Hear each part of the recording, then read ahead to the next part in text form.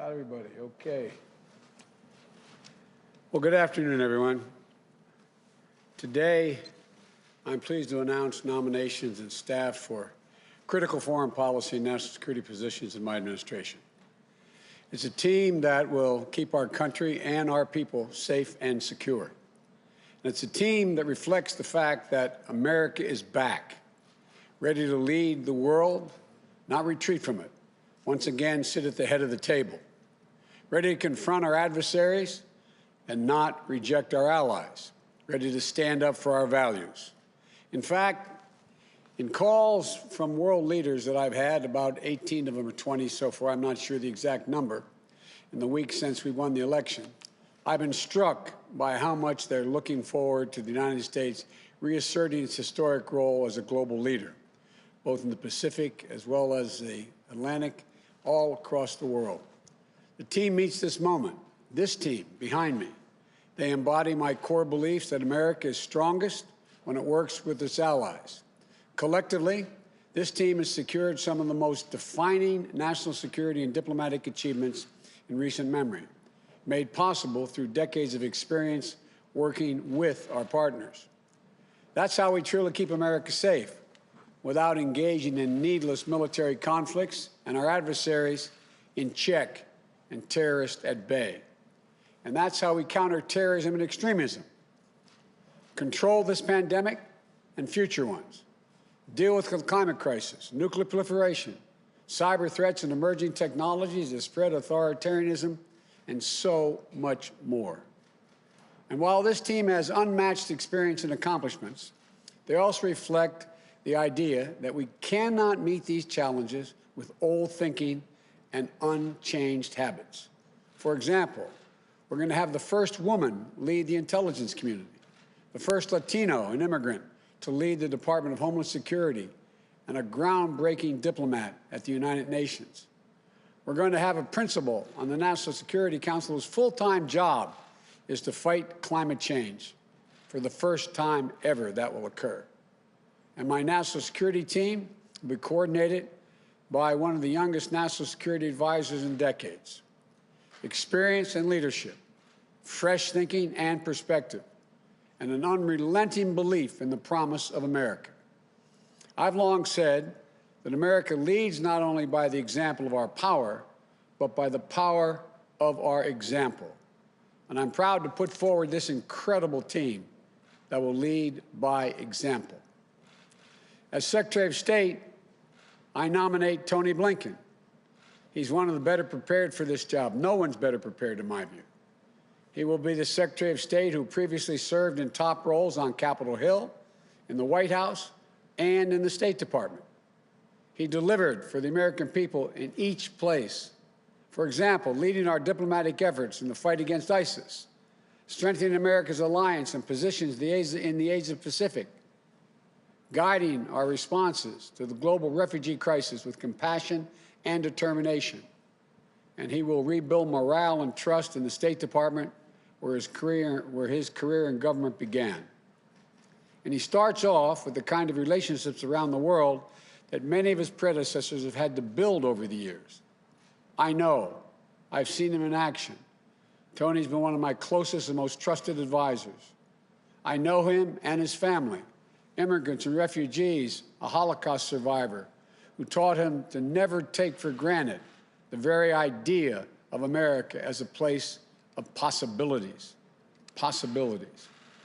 Tony is ready on day one. As Secretary for Homeland Security, I nominate Alejandro Mayorkas. This is one of the hardest jobs in government, a gigantic agency. The DHS Secretary needs to keep us safe from threats at home and from abroad. And it's the job that plays a critical role in fixing our broken immigration system. After years of chaos, dysfunction, and absolute cruelty at DHS, I'm proud to nominate an experienced leader who has been hailed by both Democrats and Republicans. Ali, as he goes by, is a former U.S. attorney, former director of U.S. Citizenship and Immigration Services, and a former DHS Deputy Secretary.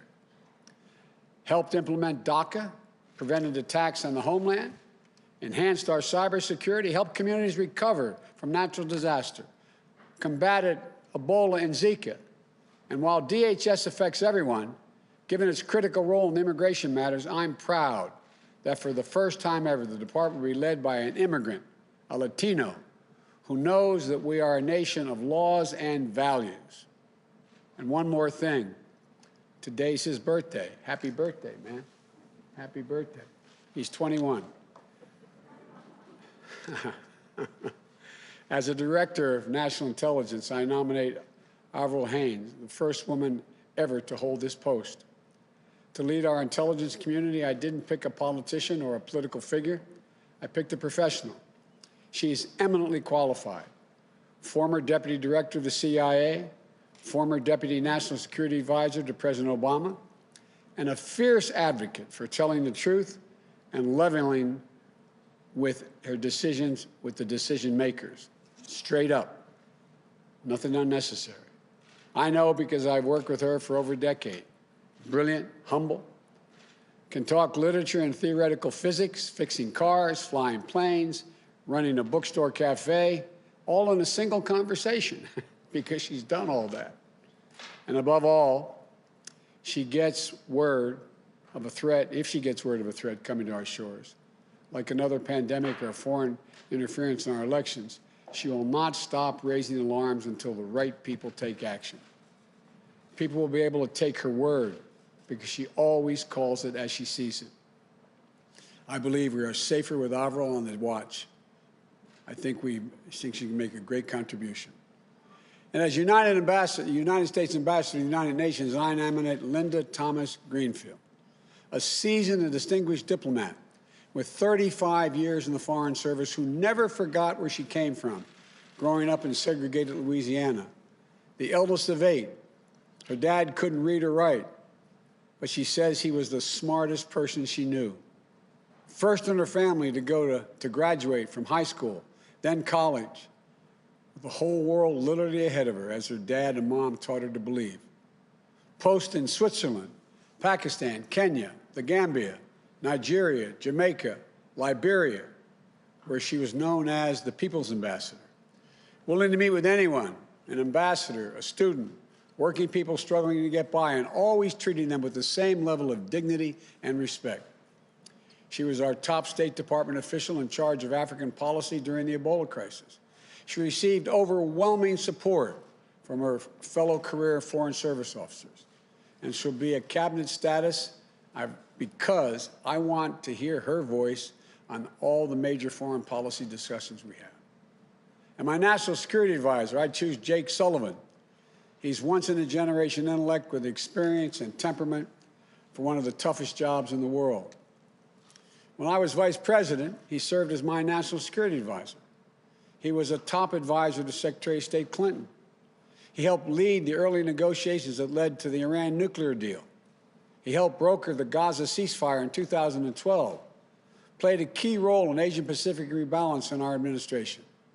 And in this campaign for the presidency, he served as one of my most trusted advisors on both foreign and domestic policy, including helping me develop our COVID-19 strategy. Jake understands my vision that economic security is national security, and it helps steer what I call a foreign policy for the middle class, for families like his growing up in Minnesota, where he was raised by parents who were educators and taught him the values of hard work, decency, service, and respect. What that means is to win the competition for the future, we need to keep us safe and secure and build back better than ever. We need to invest in our people, sharpen our innovative edge, unite the economic might of our democracies around the world to grow the middle class and reduce inequity, and do things like counter predatory trade practices that our competitors and our adversaries. And before I talk about the final person today, let me talk about this new position. For the first time ever, the United States will have a full-time climate leader who participate in ministerial level meetings. And that's a fancy way of saying they'll have a seat at every table around the world. For the first time ever, there will be a principal on the National Security Council who can make sure climate change is on the agenda in the Situation Room. For the first time ever, we will have a presidential envoy on climate.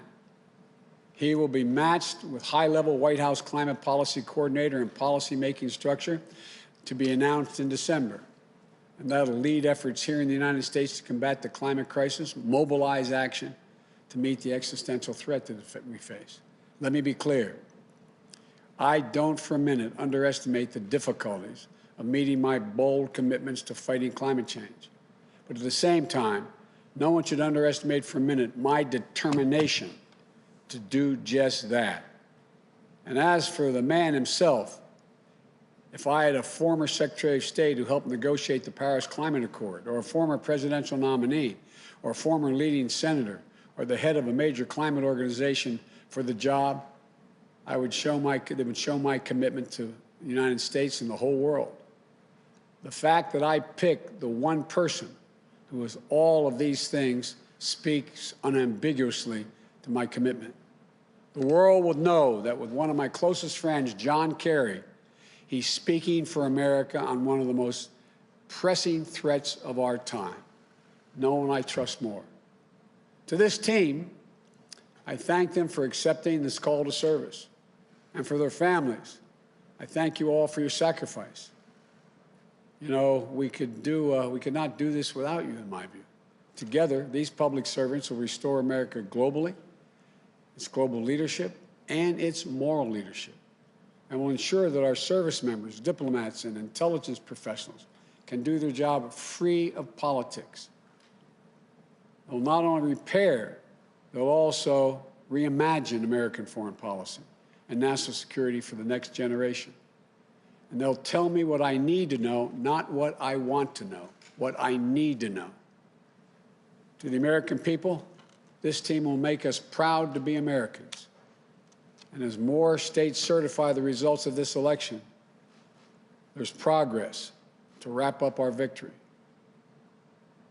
You know, I'm pleased to have received the ascertainment from GSA to carry out a smooth and peaceful transition of power, so our teams can prepare to meet the challenges at hand, to control the pandemic, to build back better, and to protect the safety and security of the American people. And to the United States Senate, I hope these outstanding nominees received a prompt hearing and that we can work across the aisle in good faith to move forward for the country. Let's begin that work to heal and unite America as well as the world. I want to thank you all. May God bless you. May God protect our troops. And now I turn this over, this new team, starting with our next Secretary of State, Tony Blinken. Get my mask here, Tony, so I don't get in trouble. And we're going to clean off the podium.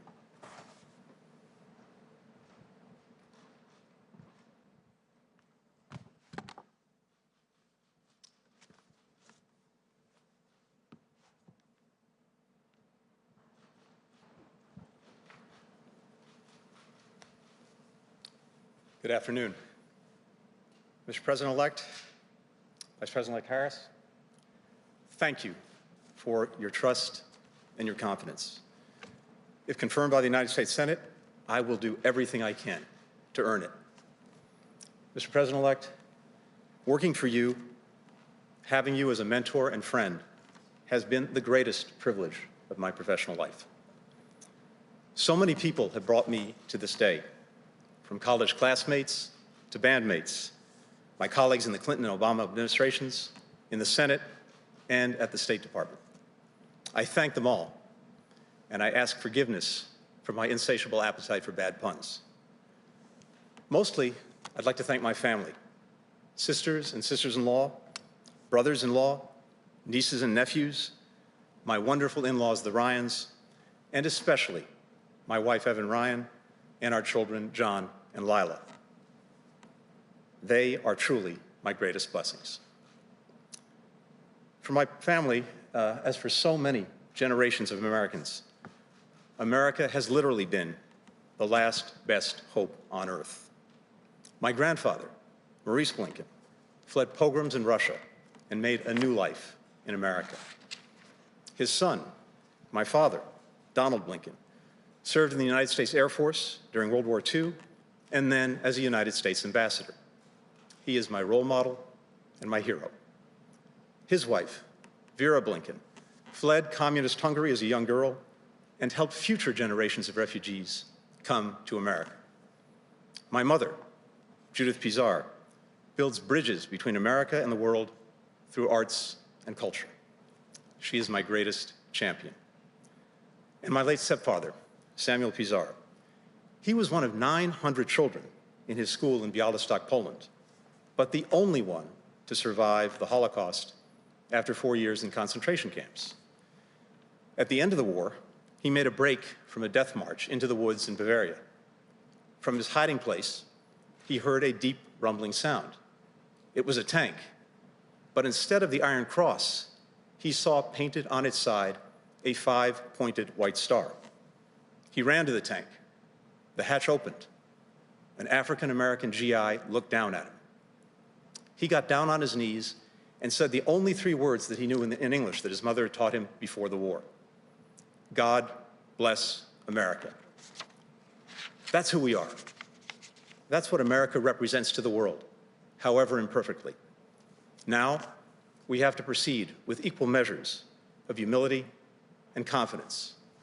Humility because, as the President-elect said, we can't solve all of the world's problems alone. We need to be working with other countries. We need their cooperation. We need their partnership. But also confidence, because America, at its best, still has a greater ability than any other country on earth to bring others together to meet the challenges of our time. And that's where the men and women of the State Department, Foreign Service officers, civil servants, that's where they come in. I've witnessed their passion, their energy, their courage up close. I've seen what they do to keep us safe, to make us more prosperous. I've seen them add luster to a word that deserves our respect: diplomacy. If confirmed, it will be the honor of my life to help guide them. And so thank you all, and may God bless America.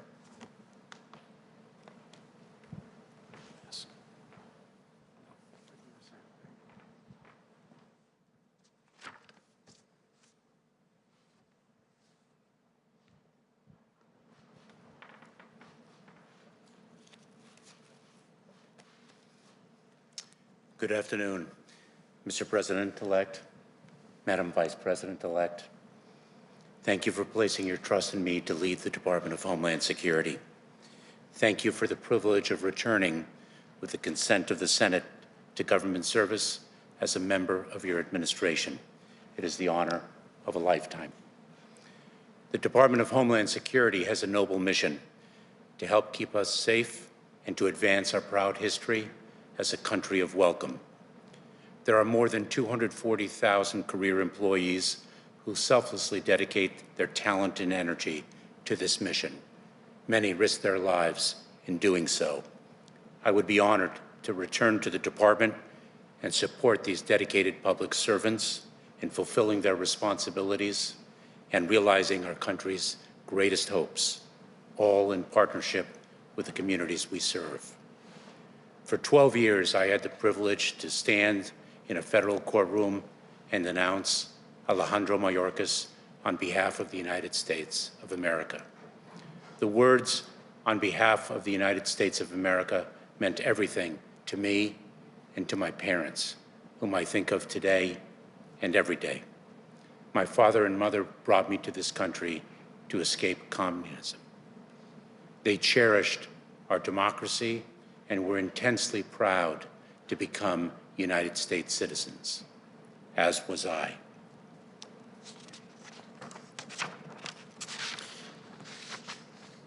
I have carried that pride throughout my nearly 20 years of government service and throughout my life. My parents are not here to see this day. Mr. President-elect, Madam Vice President-elect, please know that I will work day and night in the service of our nation to ably lead the men and women of the United States Department of Homeland Security and to bring honor to my parents and to the trust you have placed in me to carry your vision for our country forward. Thank you. Thank you. Good job.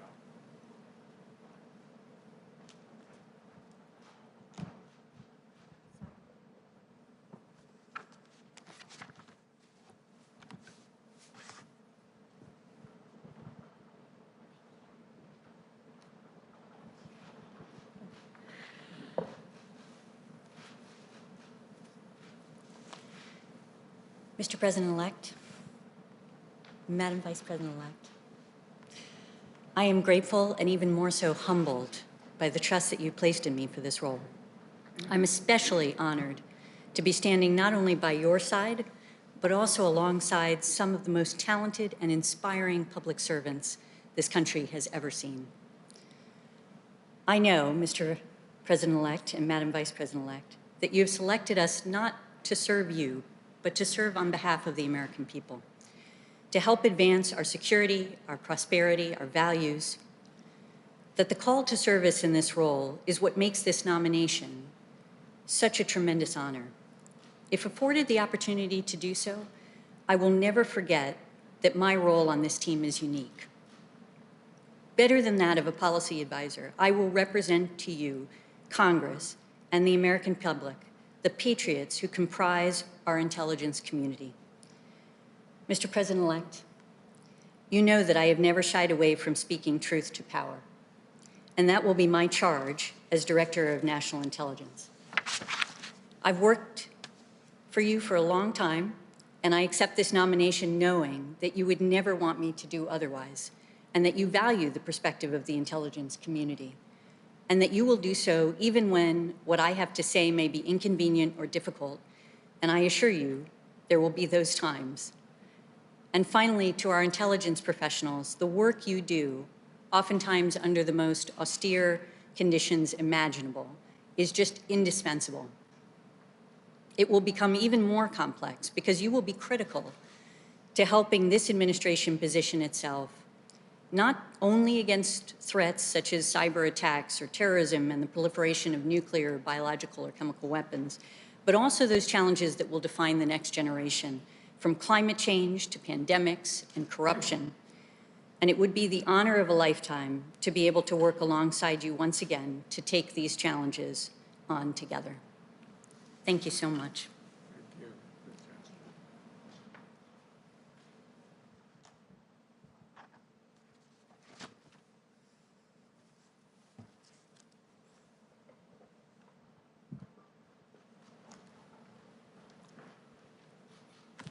Good afternoon, Mr. President-elect, Madam Vice President-elect. I'm humbled and honored by the trust that you have placed in me to become a member of your cabinet as ambassador to the United Nations. In the years that I've worked in government, I'm always struck by how only in America would we be where we are today, where life can be hard and cruel, but there's hope in the struggle. There is promise in our dreams, where you learn to believe in yourself and that anything is possible. Like both of you, I learned from my family. Mr. President-elect, thank you for those generous words that you said about me. My parents had very little back in Louisiana where I grew up, but they gave me and my siblings everything they had. And I know how proud they would be of this day. On this day, I'm also missing my mentor, Ambassador Ed Perkins, who served as the U.S. Ambassador to the United Nations under President George H.W. Bush and President Clinton, and who was also from Louisiana. He told me constantly, Linda, don't undersell yourself. And he would always do everything possible to lift me up. He passed away last week, but I know he's here with us today.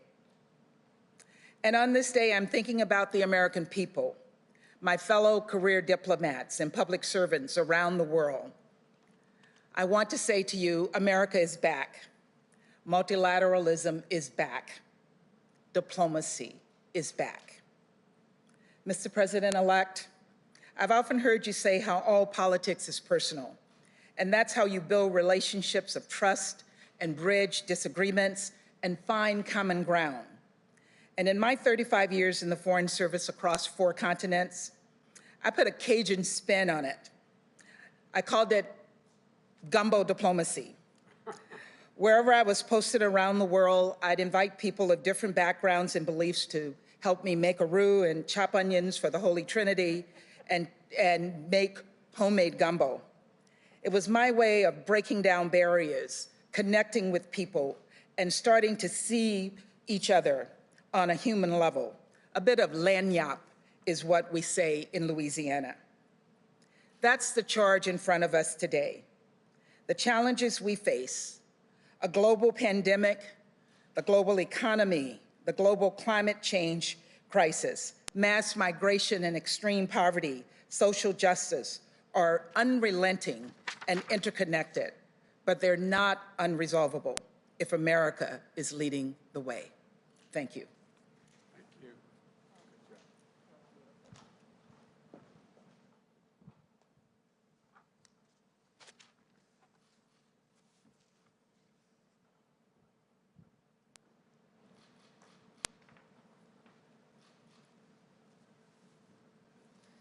Mr. President-elect, Madam Vice President-elect, thank you. Mr. President-elect, I am honored and humbled by the immense responsibility that you placed in me of being your national security advisor. I pledge to you and to the American people that I will work relentlessly in service of the mission you have given us, to keep our country and our people safe, to advance our national interests, and to defend our values. I pledge to the exceptional national security team you see behind me, and to the brilliant and diverse career professionals across our government, that I will manage a humane and rigorous decision-making process that honors their work. And I pledge to my parents, who taught my brothers, my sister, and me to work hard, tell the truth, and serve others, that I will do my utmost to make you proud. Sir, we will be vigilant in the face of enduring threats, from nuclear weapons to terrorism. But you have also tasked us with reimagining our national security for the unprecedented combination of crises we face at home and abroad: the pandemic, the economic crisis, the climate crisis, technological disruption, threats to democracy, racial injustice, and inequality in all forms. The work of the team behind me today will contribute to progress across all of these fronts. You have also tasked us with putting people at the center of our foreign policy.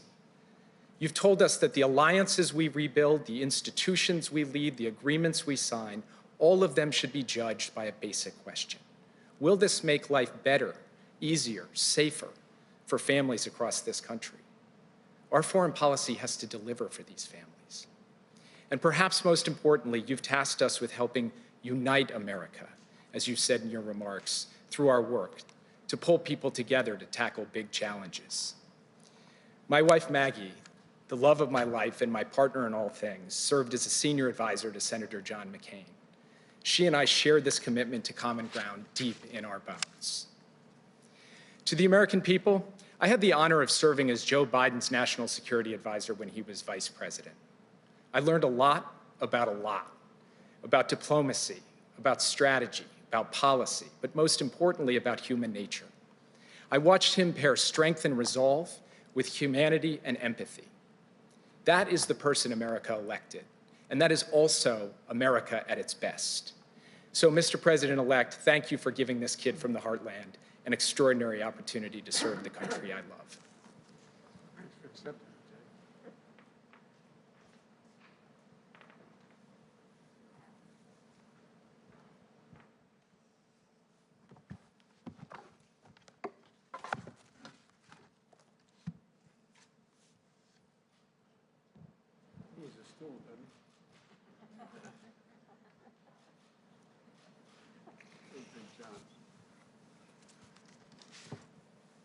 Mr. President-elect, Vice President-elect Harris, thank you, Mr. President-elect, for your generous words.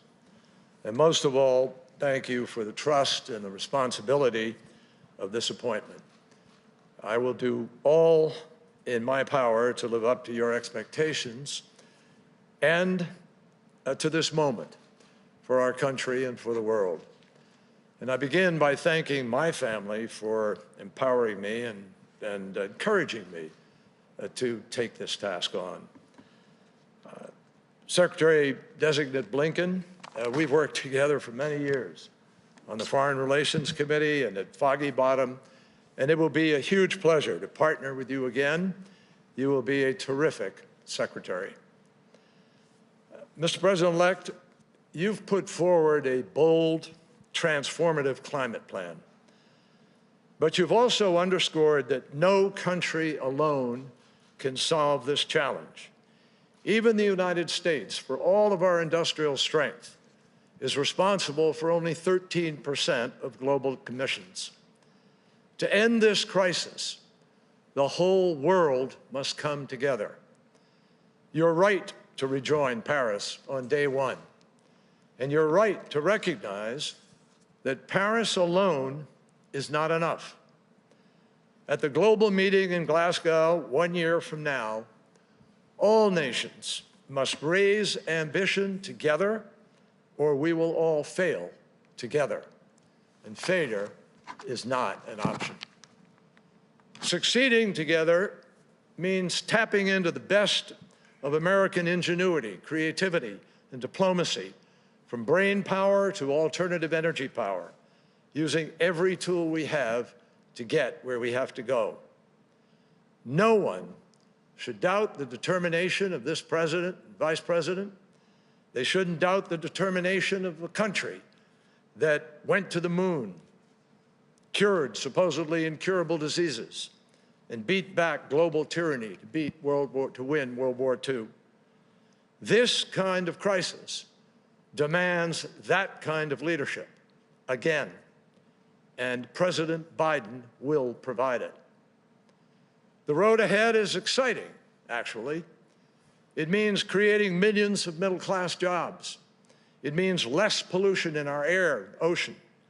It means making life healthier for citizens across the world. And it means we will strengthen the security of every nation in the world.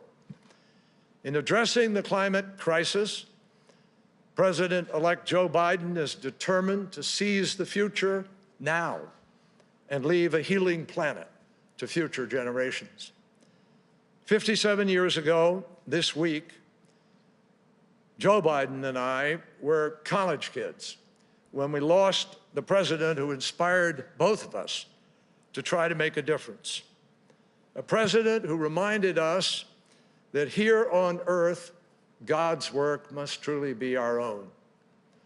President Joe Biden will trust in God, and he will also trust in science to guide our work on earth to protect God's creation.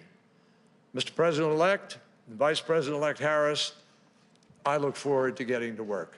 Thank you. Thank you, John. Thank you, Matt. Thanks for doing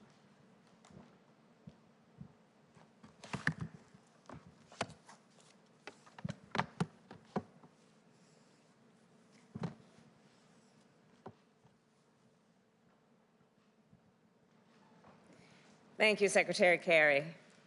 And congratulations, Mr. President-elect, on bringing together this extraordinary team. I have always believed in the nobility of public service, and these Americans embody it.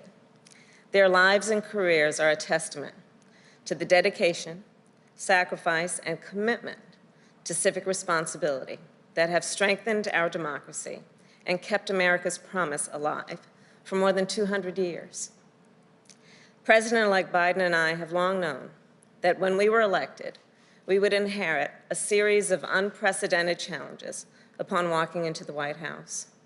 Addressing these challenges starts with getting this pandemic under control, opening our economy responsibly, and making sure it works for working people.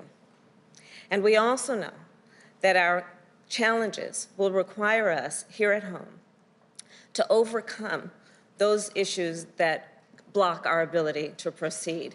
Our challenge here is a necessary foundation for restoring and advancing our leadership around the world.